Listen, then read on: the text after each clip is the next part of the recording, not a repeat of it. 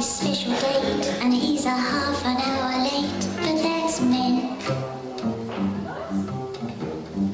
He sorta lets it fall, I should be glad he's there at all, but that's men. Concerning where we'll go, he lets me know the casting vote is his. If there's some film that I think nice, he's been and seen it twice already. He sits and looks at me, the film begins and so does he, but that's men. No asking if he may, just lights a fag and he's away, but that's men.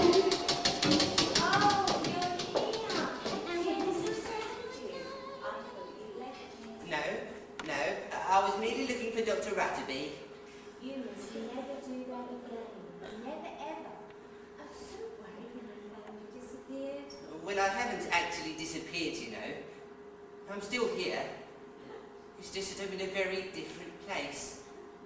Besides, don't you remember? I have an appointment with Dr. Ratterby. Of course I remember, Mr. Lovemore. Albert. Don't you remember? Call me Albert. It's so friendly. Yes, well, Albert.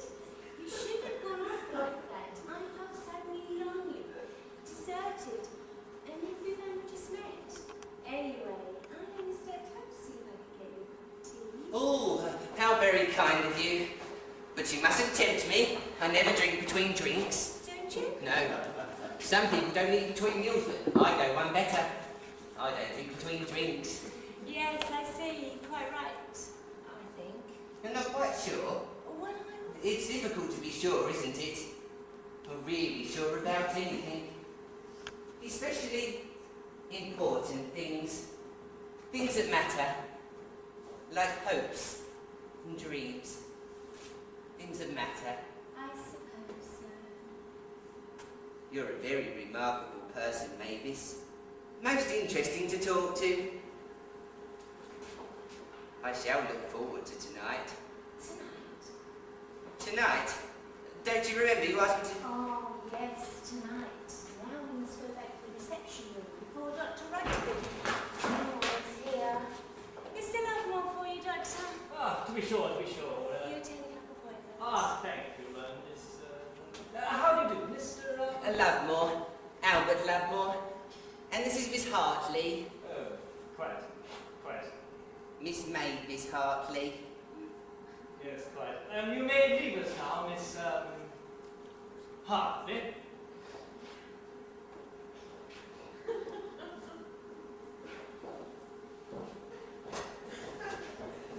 Ah, It's a great pleasure to meet you, Dr. Rutterby. Won't you sit down? yes, thank you. Now, I haven't seen you before, Mr. Lovemore. You're quite right, Doctor. I think that must be because I've never been here before. Sit down, Mr. Lovemore. Oh, how very kind of you. Now, I want you to look upon me as a friend. A friend. Well, that's very friendly of you, Doctor. Now, the first thing I want to say to you, Mr. Lovemore, is that you have a problem. And the very fact that you have realized that you have a problem has set us both halfway on the way to a solution. Well, I'm glad to have been so much help to you, Doctor. Not at all. Now, suppose you tell me all about it. You've been so understanding and helpful. I just hate to impose on you, Doctor. Oh, come now. I mean, being able to almost solve the problem without even knowing what it is. You're a very remarkable person, Dr. Rutterby. Why are you here, Mr. Lovemore? To see you, Doctor. What's wrong? Dandruff. Dandruff? But that's still why I come to see you. Oh, no. It's something much more serious than that. I should very much hope so. Well, you see, it's very difficult to explain. Ah, yes. Take your time. Tell me in your own words. Well, it's most distressing and worrying. I have an awful feeling, Doctor. A feeling that I'm not... Well, Not normal. Really? Across my heart. Go on, Mr. Lovemore. It's to do with women, Doctor. Ah, yes. I'm not surprised. You're not surprised? I am never surprised. You have difficulty in associating with women. In what way? You're supposed to be telling me, Mr. Lovemore. You have difficulty in associating with the opposite sex. No. I beg your pardon. My difficulty isn't that at all. In fact, I have difficulty not associating with women. I don't quite follow. And as far as having contact with the opposite sex is concerned, they don't seem to want to let me not have contact with them. Please, go on. But I'd rather hope to be able to help me to stop. No, I mean continue with your story, Mr. Lovemore. Well, I thought it over very carefully. It's been very much on my mind, you see. And I've come to the most frightful conclusion. Tell me. Oh, I do hope you can help me, Dr. Butterby. I'm very upset. Yes, I can see that. But what conclusion did you arrive at? I'm irresistible.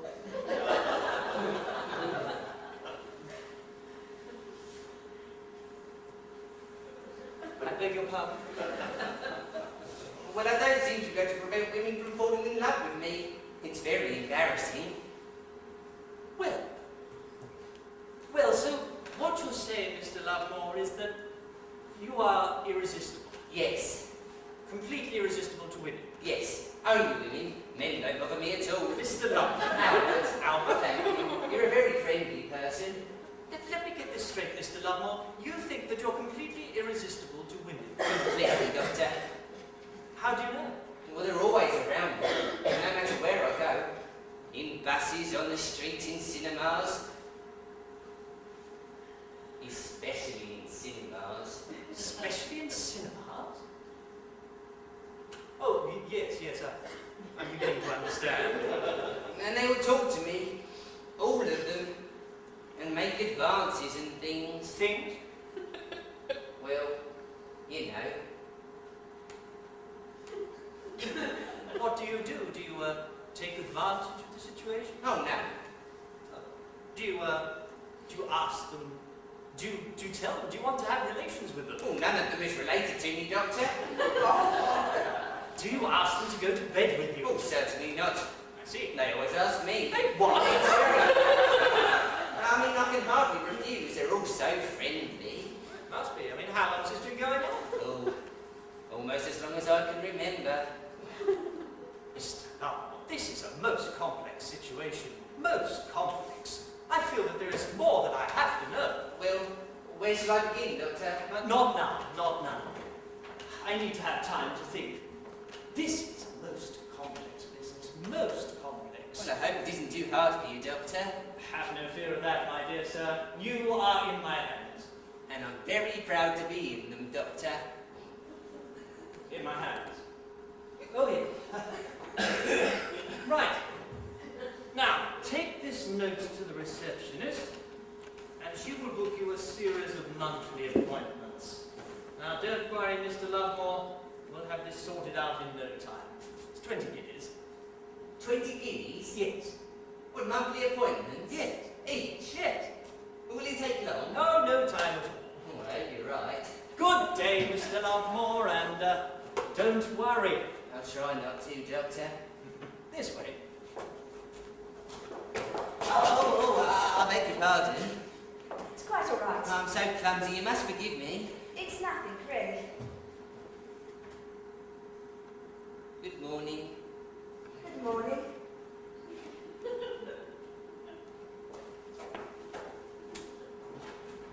A patient? Yes, an interesting case. A simple sexual aberration, I thought at first, but a strong guilt transference tends to complicate matters. In what way, or shouldn't I ask? No, I'd like to discuss it with you, Dr. Davis. In fact, you may be required to help. You see, it seems that the patient, Albert Lovemore, has developed abnormal sexual tendencies, but is subconsciously cloaking them by a guilt complex. You mean he's blaming someone else? Not exactly, no, he's blaming himself. Blaming himself? How interesting. Yes. You see, in order to justify his urges, he has arrived at a rationalization which he thinks should be treated. You mean to treat the self-justification rather than the true abnormality? I see. And what is his justification? He thinks he's irresistible. Oh no! Yes, he seems quite convinced of it, yes. An extraordinary case. Weedy, nervous, ill at ease, hunted almost. All the symptoms of the invert, yet he thinks he's irresistible. You ask for my help in what way? Well, the first thing we need to do is to knock this justification firmly on the head. Prove to him that he isn't irresistible. I see. And then we can get down to treating the source of the trouble.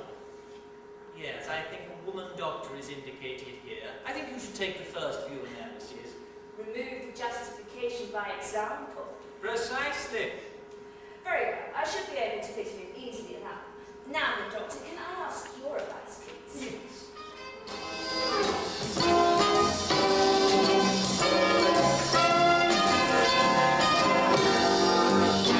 We've got this special date, and he's a half an hour late, but that's meant.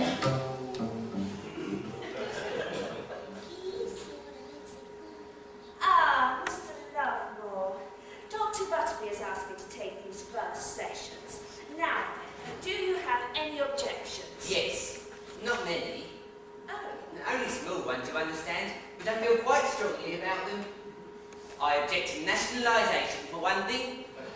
no, Mr. Lovemore. Oh, yes. I thought there is no alternative to healthy competition. Take the railways, for example. No, Mr. Lovemore. I mean, do you object to me? To you?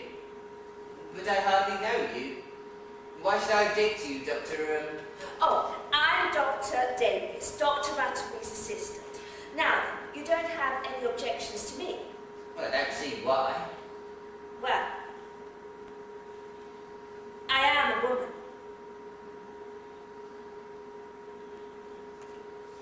Yes. Shall we begin? Well, only if you want to. Oh, but I do. I mean, it can hardly be very agreeable for a charming person like yourself to have to deal with someone like me. Nonsense, Mr. Lovemore. I'm here to help you, and with your cooperation, I'll be able to help you. But do you really want to help me? But of course. I'm not much of a person, I'm afraid. I mean, you could pass me by in the street and you'd never notice me. Now you Not a don't. crowded street either. Now you don't really believe that, do you, Mr. Lovemore? Albert. I'm Albert to people who like me.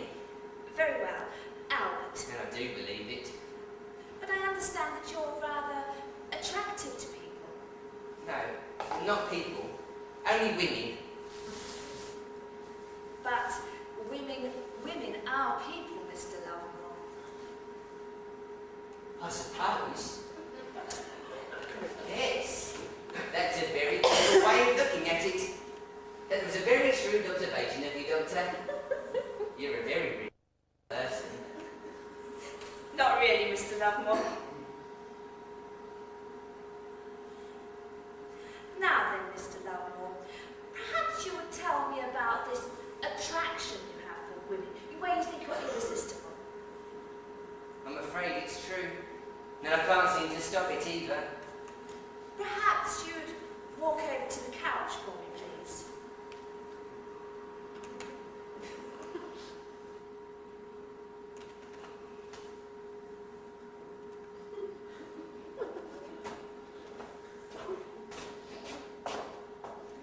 Here. Yes, and suppose you lie on it and relax.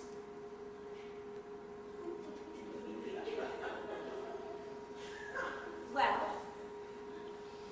I'm supposing. no, Mr. Lovemore. I mean actually lie on it. Oh, you must have become very dull. No, not at all. It's my mistake. Now then, you're not actually lying down. I'm not really tired. Not enough to lie down. I'll sit down, that'll be all right. That will have to do. Now, if you tell me about this attraction for women, tell me about the occasions that you're bothered by women. Well, I meet them in all sorts of places. For one does, you know, they are everywhere. Well, practically everywhere anyway. And what happens? We have relations.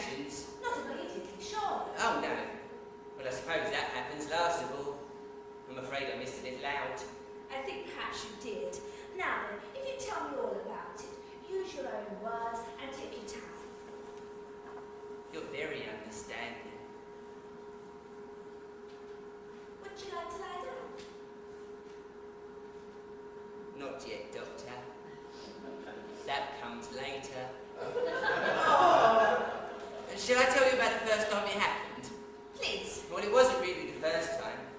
But afterwards I began to realise it had been happening rather often. And there must be something wrong. Something wrong with me, I thought. And where did it happen, Mr. It was in a laundrette near where I live.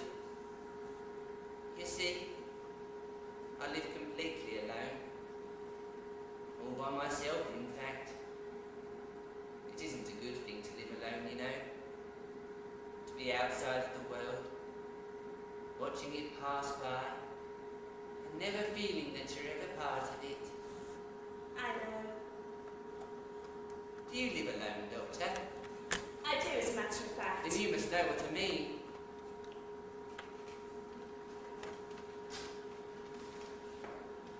Won't you sit down? Yes. I'll get a chair. Sit Thank you. here. It's quite comfortable. No, the chair will be fine, Mr. Lovemore. Now then, perhaps you'll tell me about the laundrette? Well, of course, I have to do all of my own washing. It isn't easy for a man living by himself. Especially if you haven't got any friends. You haven't any friends? Not really. I'm not really the sort of person anyone would want for a friend. I wouldn't say that, Mr. Lovemore. Oh. But you are different. You're gentle and kind. You're a very exceptional person, Doctor. The laundrette, Mr. Lovemore. Well, there was a young lady sitting opposite to me. Well, much as we're sitting now. She didn't take much notice of me at first. And not many people do. I'm not a very noticeable person, am I? I think you're quite noticeable, Mr. Lovemore. Albert. Albert. Do you think so? It's very kind of you to say so, but I'm afraid I'm not someone who makes much of an impression upon others. Perhaps you'd like to tell me about the laundrette again. Well, we talked. I mean, we had to. There's something inconsolably isolated about watching those things just going round. And round. And round. And what did we talk about?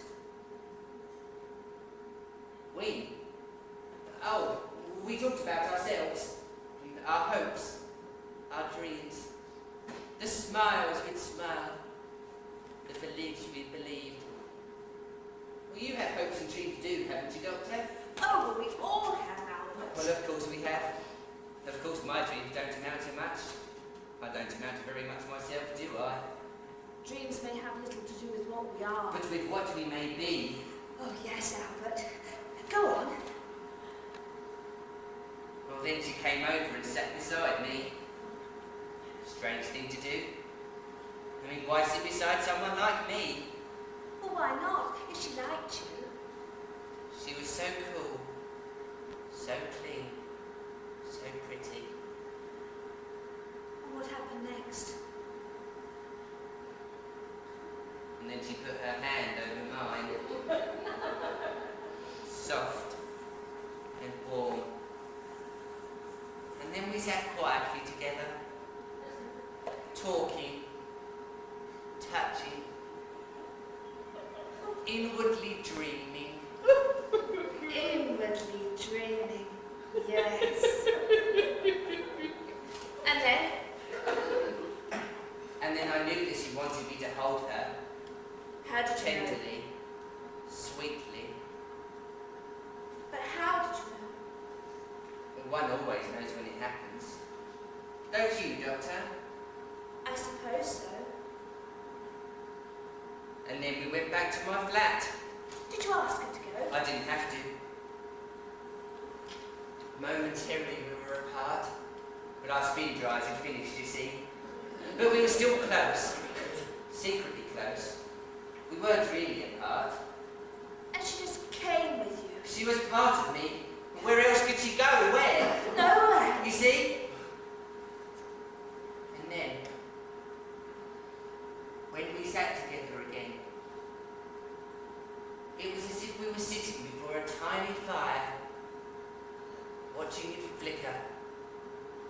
flame into strength. And then? And then I knew that she wanted to be loved. Loved. All women want to be loved. Oh, I know. And then? And then we were surrounded by warmth and tenderness. It was as if loneliness had never existed, would never exist again. We were poised upon the brink of a warming pool. We had to go forward, to drown ourselves within this pool of friendliness, to become a part of it and a part of each other. I felt I had to lead the way, but I felt shy, almost afraid at this crucial point. I so desperately needed help. And then it came! Sweetly and gently, she turned to me and said, "Let me help you!"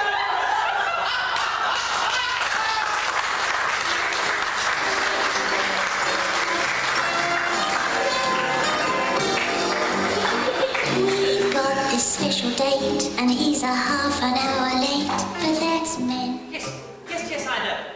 Yes, I know. But no word at all for a whole week? But surely you must have some idea. What? Hello? Hello? Oh, confounded. Extraordinary business. Most irresponsible. Completely and utterly irresponsible. Good morning, Doctor. Nonsense. Ah, yes. Miss, The post, sir. yes, the post. Thank you, Miss, you are settling down all right, I hope? Completely, Doctor. Good. I'm glad there's someone I can rely upon. Completely senseless. Mr. Lovemore is here, Doctor. Who? Mr. Lovemore, by appointment to see Dr. Davis. Oh, God, yes. Look, you couldn't hold on to him for a while. I mean, things... Good morning, Doctor. Oh, hell. Don't you remember? Lovemore, Albert Lovemore. To be sure, Mr. Lovemore. And this is a... Oh dear. I don't think we've met, have we? I'm Miss Williams, Dr. Rutterby's receptionist. Miss Williams. How nice. How very nice. Of course, you must be taking the place of Mavis. Yes, she is. Come in, Mr. Lovemore. Oh, poor Mavis. I'm very sorry. Please excuse me. I'm delighted to have met you. I do hope we meet again. Well, Doctor, Mr. Lovemore, you must forgive me, but things have been a little difficult this morning. well, I'm very sorry to hear that. Just one of those things, just a small problem, eh? Not to worry, eh? Exactly, Doctor. And the very fact that this small problem has come to you probably means that it's half solved already. It isn't about poor Mavis, I hope. Mavis, you mean the last receptionist? Oh, gosh, no, nothing to do with her. Well, that's good anyway. She has enough worries of her own. Won't you sit down? Yes, thank you. Now, let me glance at your file for a moment. Now, I'm afraid Dr. Davis will not be here this morning, but it was only anticipated that she would take the first couple of consultations. I'm sure all will be well. She should have let you know that she wouldn't be here. Well, yes, I suppose she was delayed. A week is a long time to be delayed. How on earth did you know? Still, I can understand. Poor Dr. Davis. I'm so sorry about the inconvenience. That's quite all right. We'll muddle through. Now, your file? First Mavis, and then Dr. Davis. You must feel very annoyed, and quite justifiably too. I wouldn't concern yourself with my troubles, Mr. Lovemore. Oh, but I must, Doctor. I must say you must not. I do not consider that they're in any way a concern to you, Mr. Lovemore. I would prefer it if you forgot them. I'm afraid that would be rather difficult. Well, try, Mr. Lovemore. Try. We're here to discuss your problems, not mine. Well, I'll try, Doctor. It won't be easy, but I'll try. And it's very reassuring to hear that you feel that it doesn't concern me. I didn't feel precisely that. It wasn't my fault, you know. Mr. Lovemore. Albert. Will you please allow me to proceed? Good. Now you sat yourself down, let me glance at your file while I go through Dr. Davis's notes concerning your last consultation. Perhaps I can... Without interruption, if you please. If I can. If you please, Mr. Lovemore.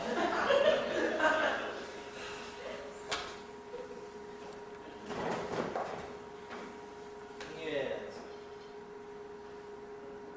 Yes.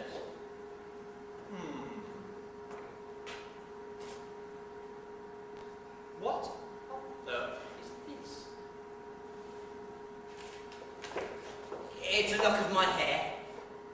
It's all right that I gave it to her. She didn't steal it. Thank you, Mr. Lovemore. Now, what? Allow me to explain. What are these extraordinary sign sequences? I don't quite follow. Noughts and crosses. Noughts and crosses? Ah, not my dear fellow. In any case, there are no noughts involved, you see? Ah, yes. We didn't use noughts. Only crosses. Kisses, you see. Oh. Are you seriously trying to make me believe that you and Dr. Davis played noughts and crosses during your last consultation? Yes. Without the noughts? Oh, kindly sit down, Mr. Lovemore. Dear me, without the noughts. Well, we both wanted each other to win. And at the end of each game, well... Well, what? You know... Mr. Lovemore, kindly sit down. You're in danger of overtaxing yourself. Yes. I know. It's quite exhausting. Merciful heavens, what have we got here? Perhaps I can explain. Sit down. I can't make this out at all. What is it? Oh, yes. It's her poem. Her poem? What poem? Whose poem? Dr. Davis wrote it for me. Oh, really, Mr. Lovemore, this is gibberish. Utter gibberish. Well, read it out, Doctor. Oh, come, Mr. Lovemore, I mean, it doesn't make any sense. Albert Lovemore. Albert Lovemore. Albert Love. More Albert Lovemore. Albert Love. More Albert Love. More Albert, more Albert Love. More love, Albert, more Albert, more.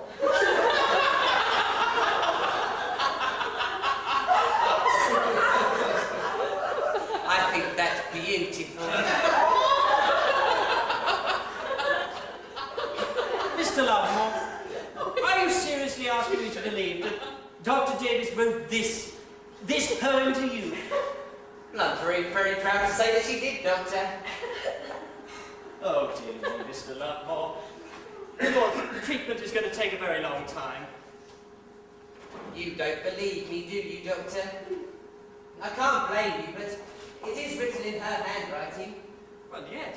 Yes, it is, but I'm sure there must be some explanation, if only she would hear. Well, why not telephone her and ask? Because I don't know where she is. Oh, Belmont, 9743. I beg your pardon? Belmont, 9743, that's where she is. Well, this is a different number. It's a different address, too. So it is. It's a flat. Yes, it's my flat. Your flat? What are you saying, Mr. Lovemore? Are you trying to infer that Dr. Davis is currently staying in your flat? She has been for the past week, Doctor. Oh, just don't be ridiculous, Mr. Lovemore. Why now? Why should Dr. Davis want to stay in your flat? Well, she hopes that if she stays put long enough, then Mavis will have to move out. Mavis? You don't mean Mavis who used to work here, do you? Oh, yes, that's her. Well, that's what makes it so difficult, you see. Mr. Lovemore, this is utterly absurd. But just kindly sit down. I quite agree with you, Doctor. But the thing is, they won't move. Well, but you mustn't keep telling these stories. Now, why should Dr. Davis want to go and stay in your flat? I mean, it just doesn't make any sense. Mr. Lovemore, you're sicker than you think. I think I'm going to have a lie down. I know it's never been as bad as this before. Usually it's only one at a time. One you at a see. time? And then they just move into my flat and just stay there. It's very difficult. They get, well, underfoot, if you know what I mean. And then I just have to move out and leave them in possession. It isn't easy finding a new flat every month or so. A new flat every... Oh dear me, Mr. Lovemore. Are you seriously asking me to believe that these women find you so irresistible that they simply move into your flat and you can't get rid of them? And then I have to move out and just leave them there. And they wait. Are you saying, Mr. Lovemore, that there are these women in flats all over London just waiting For love. Yes, Doctor. All over the place there are girls and women in little flats, just waiting for love to find them. How many of them? Oh, hundreds, I should imagine. And what do you do, pray? Conduct a perpetual grand tour, visiting one after the other? Oh no, I never see them again. My job is finished. Oh dear me, Mr. Lovemore. I'm going to sort this one out once and for all. I'm going to prove to you here and now that this delusion is, well, it's quite simply just a delusion.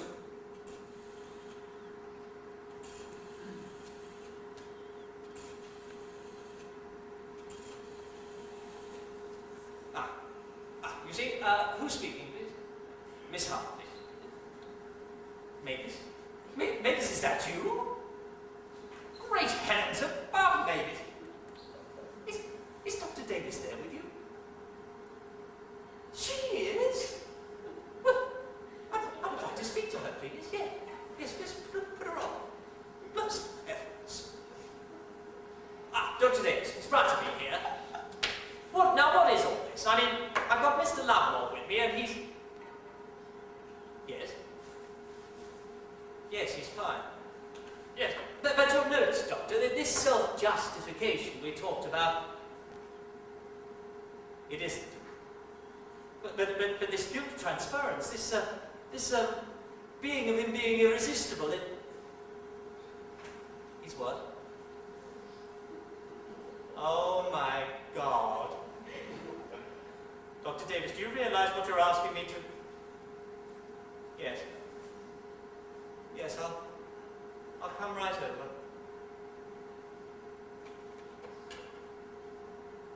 She says it's true. She actually says it's true. Well, I didn't tell you, Doctor. So what are we going to do? Do? What about my treatment? Curing me? Treatment? What treatment? If Dr. Davis is saying is correct, then heaven help us, there is no treatment. No treatment? But Doctor, what do you mean? There is no treatment, because there's nothing wrong with you, Mr. Lovemore.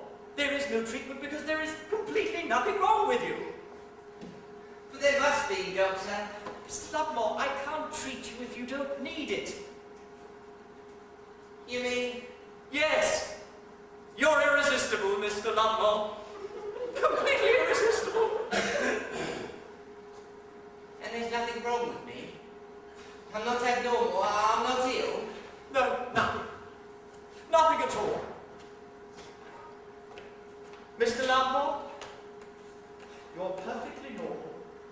And quite frankly, I don't know what you've got to complain about.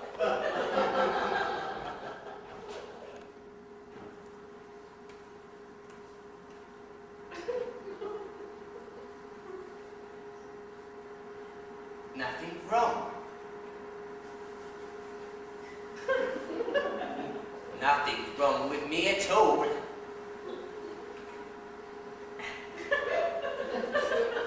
I'm fine. It's not me.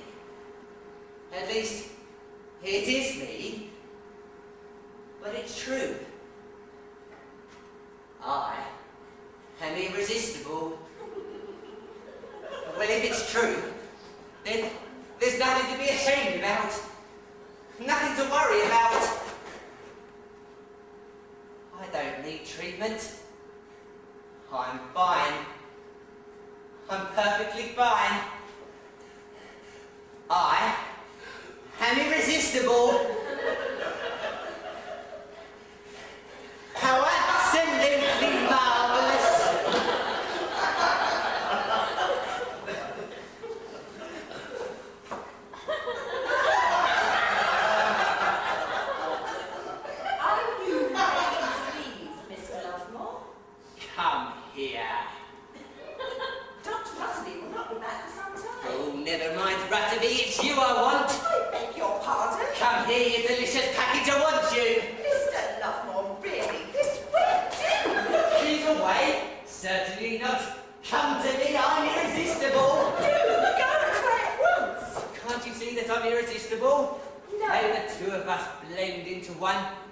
loving embrace. Keep away! What? But can't you see that I'm irresistible, woman? No, I can't. Don't you dare come near me. Don't you dare. For love. Glorious love. You beastly, horrible little man. How dare you? You disgust me. What? But you can't go. I'm irresistible. I'm completely irresistible.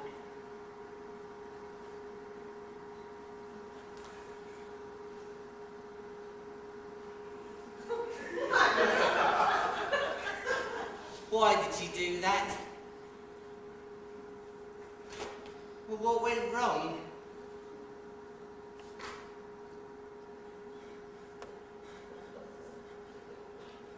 Oh no. I think I know. Yes, I do know. I think I've been cured.